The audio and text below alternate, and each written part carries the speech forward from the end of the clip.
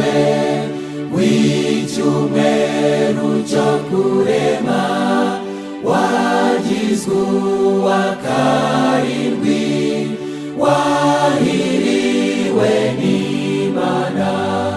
Ngwino sabato, sabato nziza nziza, tubonere imigisha mu munsi uhoraho.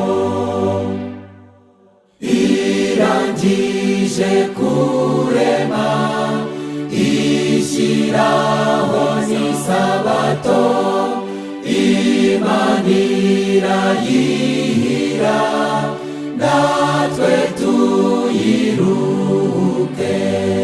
Ngwino sabato, sabato nziza nziza, tubonere imigisha mu munsi uhoraho.